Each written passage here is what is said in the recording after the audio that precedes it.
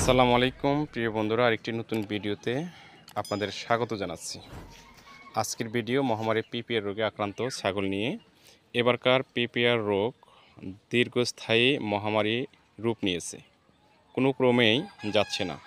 প্রতিটা গ্রামে গ্রামে, প্রতিটা বাড়িতে বাড়িতে পিপিআর রোগের তাণ্ডব চলছে। ফলে প্রতিটা খামার উজাড় হয়ে যাচ্ছে। মৃত্যুর সংখ্যা প্রায় 70 থেকে 80 ভাগ। এমতো অবস্থায় খামারিরা দুশ্চিন্তা এবং হতাশাগ্রস্ত।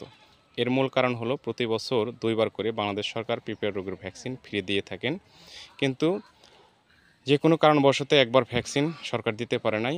এর মধ্যেই মহামারী আকার ধারণ করেছে এই পিপিআর রোগ। বন্ধুরা, এই পিপিআর রোগ নির্মূলের একমাত্র উপায় হচ্ছে সম্পূর্ণ সুস্থ অবস্থায় প্রতিটা ছাগল ভেড়াকে পিপিআর রোগের ভ্যাকসিন দেওয়া। এই ছাগল দুইটার অবস্থা খুবই লাজুক, সর্দি, জ্বর, কাশি, পাতলা পায়খানা।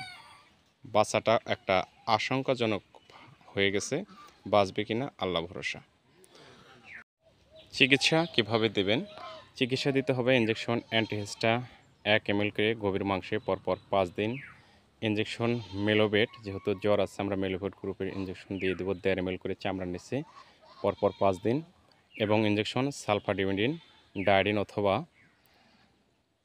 অন্য এই গ্রুপের ইঞ্জেকশন যেগুলো সালপাসল আছে, ভ্যাকটিডিডিন আছে ইথিক্যাল কোম্পানির, এই গ্রুপের যে কোনো একটি ইঞ্জেকশন আমরা ডায়োডিনে দিয়ে দেবো 2 ml করে চামড়ার নিচে পরপর 5 দিন।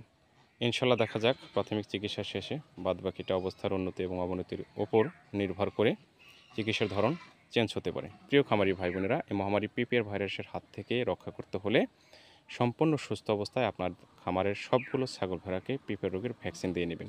ভিডিওটি কেমন লাগলো অবশ্যই কমেন্ট বক্সে জানাবেন।